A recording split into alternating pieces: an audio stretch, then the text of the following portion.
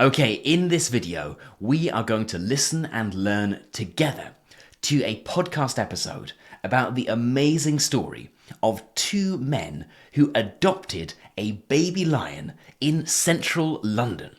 I will just play the podcast episode, then I will pause at various points to explain more complicated or more interesting words and phrases, phrasal verbs, interesting grammatical structures, and so on. So think of this as a mini English lesson, all based around a fantastic story. There's also a free study pack you can download with the full transcript and all of the vocabulary. I'll put a link to that down below this video. So let's just get started, shall we?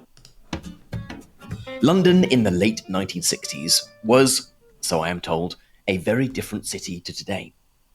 If you walk down the streets of Chelsea in the year 2024, you will be greeted by expensive restaurants, designer clothing shops, and multi-million-pound flats. Going back 50 years ago, it was a different story altogether. Okay, let me pause quickly to talk about altogether.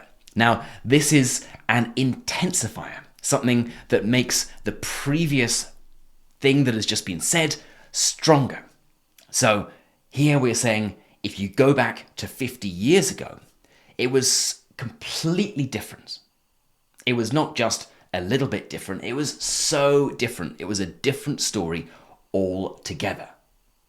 And just note the spelling, altogether is A-L together rather than A-double-L space together. All together is all the people together, and altogether is an intensifier, something that makes something else seem stronger. Okay, let's keep going. Back then, Chelsea was the epicenter of a cultural revolution. It was a melting pot of artists, musicians, and free spirits, all contributing to a vibrant, dynamic atmosphere that defined an era of London's history. Okay, a couple of things to mention here. You might know epicenter being used when talking about earthquakes, for example, the very center of an earthquake. But you can also use it in a more figurative sense, just saying this is the very, very center of something that's going on. And here we're talking about a melting pot. This is quite a common metaphor to describe a place where lots of people of different kind of cultures, backgrounds, and ideas all come together and kind of melt into one. Okay, let's continue. The streets were lined with bohemian boutiques, avant-garde galleries, and lively music venues. It was a place where anything felt possible, a hotbed of creativity and unconventional ideas. Okay, I just want to talk about this, a hotbed. So you might think, a hotbed, why is the bed hot? And why are we describing London as a hotbed? Now, this is another metaphor, and it means a place where kind of intense activity is happening. It can be used in a positive sense, like it's being used here, a hotbed of creativity. But you can also use it in a negative sense. So a common expression is a hotbed of dissent, for example, a place where people are rising up against the rulers. Or you can say a hotbed of crime, meaning a place where lots of criminal activity is taking place. Two young men that were drawn to this magnetism of the city were John Rendell and Anthony Ace Berg, a pair of young Australians who had hopped on a plane after finishing university and headed to Europe. Now, just want to talk quickly about to hop. Now, you might know hop as being the kind of jump that a frog does, but you can say hop on a plane or hop on a bus, hop in a taxi, to mean get in. You don't physically jump in, but the idea is that you are kind of getting in quickly without necessarily too much thought about it. These two friends got a flat on the King's Road, which is now one of London's most desirable and expensive locations. But back then it was very different. It was cheap, perfectly affordable for a pair of unemployed recent graduates. They started working in a furniture shop to pay the bills and took to exploring the city. Okay, this is quite a nice little phrasal verb. If you take to something, it means you kind of start doing it as a matter of habit. So I've taken to exploring the city. I've taken to going for a run in the morning. I've taken to having a coffee before I go and pick up my children from school, for example. The idea is that you've kind of started doing something and you thought, I quite like this, so I'm going to continue doing it.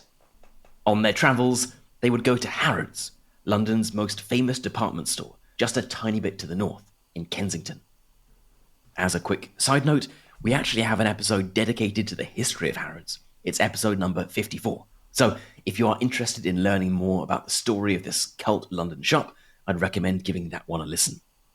Anyway, nowadays, Harrods is famous for selling all manner of products. Designer clothing, jewellery, expensive furniture, you name it. So I just wanted to draw your attention to a couple of things here, which are quite related actually. All manner of means kind of various kinds of. The idea is that there are so many different kinds of whatever it is that you're not going to name all of them. You're just going to say there are all manner of. There is a large selection of. And you name it means a similar kind of thing. If you are listing lots of different things and then you say you name it at the end, the meaning is that someone can name anything and it would be included in that list. So I went shopping and I bought bananas, oranges, strawberries, raspberries, you name it. Every single fruit I could find in the shop. And someone might say, how about grapes? And the implication is, yes, I bought grapes too. You name it, meaning someone can say anything and it is included in that list. In fact, until 2014, it sold something even more unexpected. If you took the lift and got off on the 4th floor, you would arrive at Harrods' famous Pet Kingdom. This section of the shop sold live animals, everything from dogs and cats to more exotic animals such as tropical fish and snakes. And it was while wandering around Pet Kingdom in 1969 that Ace Burke and John Rendell noticed something that caught their eye. Now, you might know this one already, but it's quite a nice little idiom. If something catches your eye, it means it catches your attention. Of course, it doesn't mean it physically catches your eye. That would be quite painful. But it means that you see something and you think, oh, that looks interesting. I'm going to go and have a closer look. And of course, a baby lion is the kind of thing that would probably catch most people's eyes. A baby lion.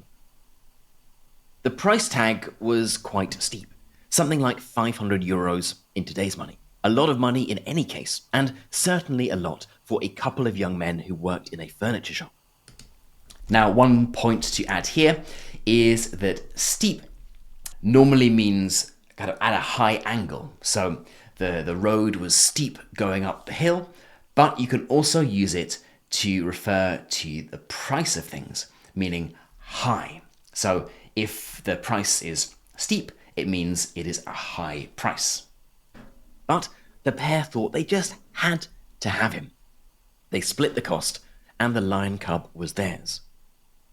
Now, it might sound crazy that you could just buy a lion at a shop without any kind of license or checks or anything like that. But this was London in the 1960s.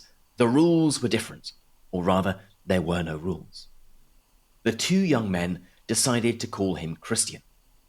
They took him home to their flat and soon started to learn a lot about lions. As you may know, or could probably imagine, lions grow quite quickly and need a lot to eat. Of course, they eat meat, and plenty of it, and the men found that they were quickly spending a not insignificant amount of their salaries on buying meat for their growing ball of fluff.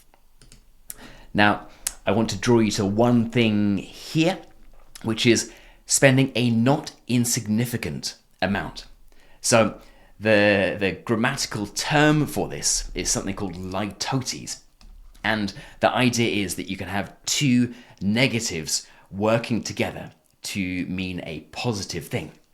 It's a relatively common thing in kind of advanced English.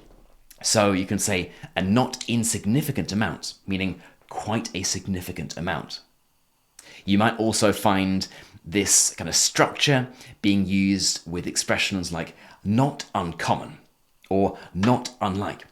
So it was not unlike something that I'd seen before, meaning it was quite like something that I'd seen before. And here, the last bit, fluff, means kind of soft material, the hair of a lion, for example. And it's a kind of cute way to refer to a cat as a ball of fluff, especially a baby cat. The lion also soon outgrew their little flat, and the pair took him to work with them at the furniture shop, keeping him downstairs in the basement while they attended to customers upstairs. Now, let's just talk about this word here, outgrew. You might be able to guess it from the fact that you probably know the word grow and out. So together, it means to become too big for, certainly in the context of this story of a baby lion.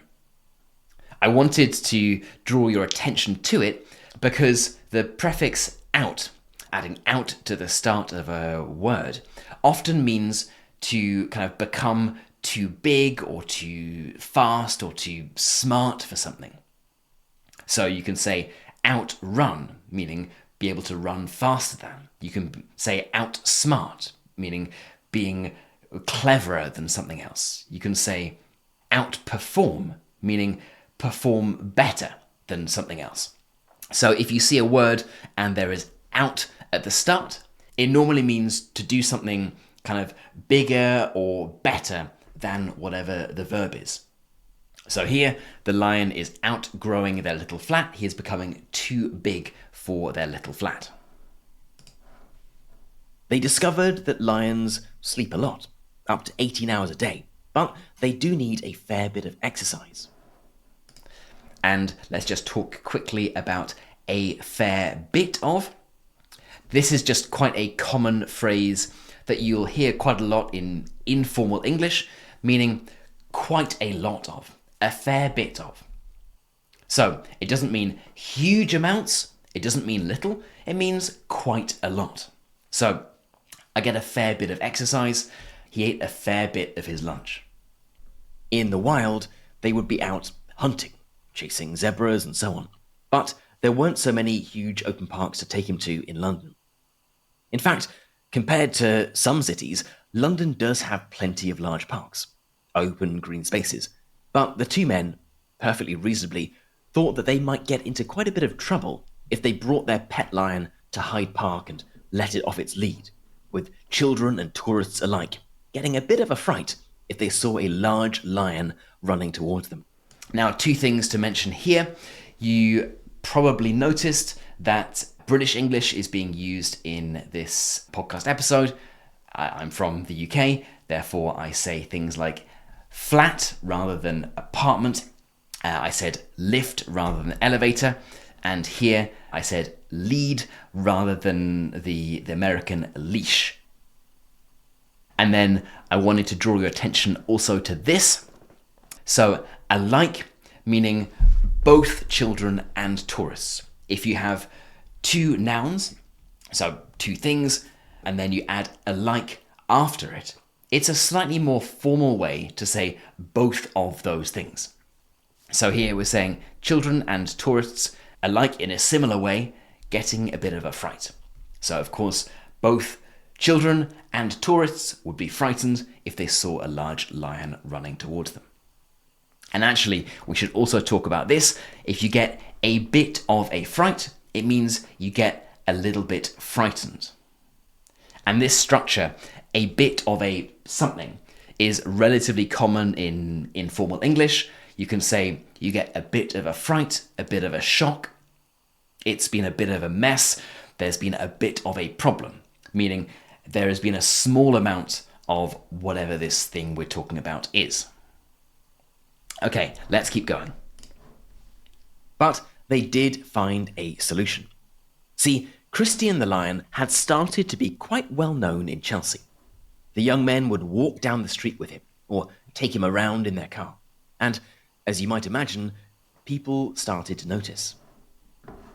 After word got around that Christian's owners were looking for a place where the lion could run around, a kindly vicar agreed that Christian could use the church graveyard for exercise for a few hours a day. Quick note here, if word gets around, people are informally talking about something and kind of passing information about whatever's going on. It's normally used in a kind of local scenario, so word got around the neighborhood or the village about a certain thing that happened. It had a large wall around it. Nobody else would come inside, and it became a substitute for the open plains of Africa, right there in the centre of London. During all of this time, the two men formed a very strong bond with the lion. They were incredibly affectionate towards him, and the feeling was mutual. There are amazing clips of this, with this now huge lion jumping up to give the men hugs. It's surreal, scary even, to see this almost fully grown lion running at a human, but absolutely heartwarming to see him being remarkably gentle with his owners to make sure that he didn't hurt them. Now, I want to talk very briefly about this. It's surreal or scary even. So surreal, in case you don't know, means kind of strange, often in a kind of unsettling, weird way. But what I want to talk about is the use of even here. So even is an intensifier. It makes what you've just said stronger. And one structure that is quite an interesting one is when you have two adjectives separated by a comma and then even after it. So here we have a kind of relatively weak adjective in surreal, and then a stronger one with scary, and then even. So the idea is it was a little bit surreal. No, it was even scary. So it's a kind of dramatic way to kind of take the listener on a little journey of your thought process. It's like saying, it was not just this, it was this too. Okay, let's keep going. But Christian the lion cub was becoming Christian the fully grown lion. Ace and John knew that Christian couldn't stay in London forever. London was no place for a lion, and certainly no place for an adult lion. One option was to send him to a zoo or sanctuary in the UK, but that was not ideal. They dreaded the idea of Christian being caged up. Now you might be able to guess the meaning of this phrasal verb, caged up, meaning to be kept in a cage. If you add up after a verb to create a phrasal verb, it often has this sense of kind of restriction. So here, Christian is being caged up. You can say that someone has been locked up in prison. They have been tied up. The idea is that their ability to move has been restricted. What the pair really wanted was to send him to Africa, where he belonged. But there was no clear path to do this. Christian was theirs. They had bought him. Getting him to Africa and then successfully integrating him into the wild would be no mean feat. It would not be easy. So let's talk about this one, no mean feat. This is actually another example of litotes using two negative things to make a positive. So you can see that no mean feat means it would be a difficult or impressive achievement. And actually, I said this here, it would not be easy. And this is a relatively common kind of set phrase. So you can say that something is no mean feat. It means it's a big achievement. It's really not easy to do it. So let's say achieving C1 in English is no mean feat. Okay, let's keep going. However, a chance encounter gave them an opportunity. One day, a couple walked into the furniture store Their names were Bill Travers and Virginia McKenna, and they had starred in a film from 1966 called Born Free. This film was about another real-life couple that raised an orphaned lion cub and then reintroduced it to the wild, and it had been a great success at the box office. Naturally, the young Australians jumped at the chance to talk to Travers and McKenna, telling them about Christian and saying, he's actually right downstairs if you'd like to come and meet him. Okay, let's just talk about this one. You jump at the opportunity or you jump at the chance. The idea is that you jump up in the air because you are so excited or eager to do something. So it's quite a vivid idiom, which means, to really eagerly accept something. And just as a side note, I'm sure you've seen that I haven't stopped at all of these purple words, because if I did, this video would be very, very long. They are all defined in the study pack, so you can download that and you'll see the definitions of all of those there. But let's keep going. Again, it seems kind of mad to us now that they were able to take their lion to work with them, and their boss wasn't too bothered by them taking some customers downstairs to see it. But this was the 1960s, and the rules were there are no rules. Travers and McKenna, the Born Free actors, took an immediate interest in Christian and offered to put Ace and John in touch with a man called George Adamson, a British conservationist living in Africa who had helped with the lion from the Born Free movie. Contact was made, and plans were put into place to transport Christian to Kenya and introduce him into the wild. It was a bold plan. The previous lions that George Adamson had rehabilitated and introduced to the wild had all been born in Africa, so there was some sense of familiarity and return. Christian knew none of this. He was a city lion, born and bred. So you might know this expression, born and bred. The meaning of this expression is that you are born and you've lived all of your life in a particular place. You can say, I am from London, born and bred. I'm from this town in the countryside, born and bred.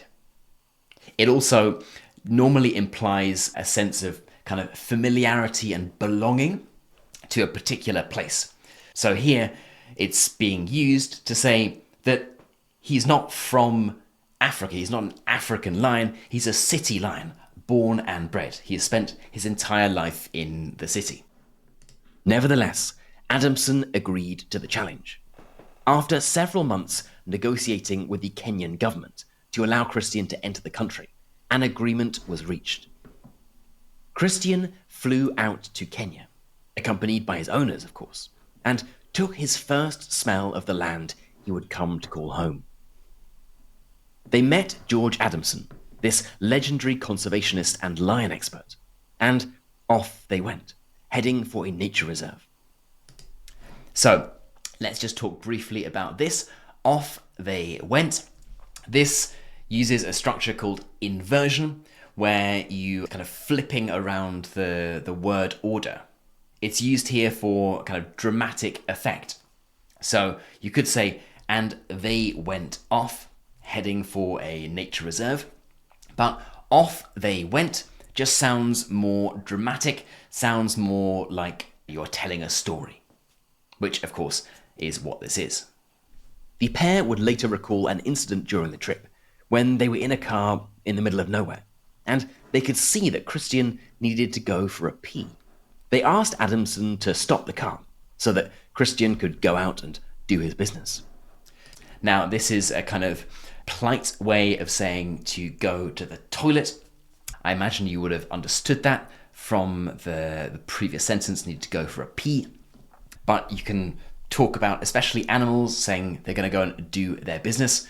Of course, this does not mean that they are involved in the world of business, but rather they have a natural business to be getting on with. Adamson was reluctant, saying that if Christian ran away, they would never find him again. After all, this was the bush. It wasn't a walled graveyard in Chelsea. Undeterred, Ace and John said, No, it's okay. He'll come back. The car stopped. Out Christian got. He stopped, did his business, and then dutifully hopped back into the car.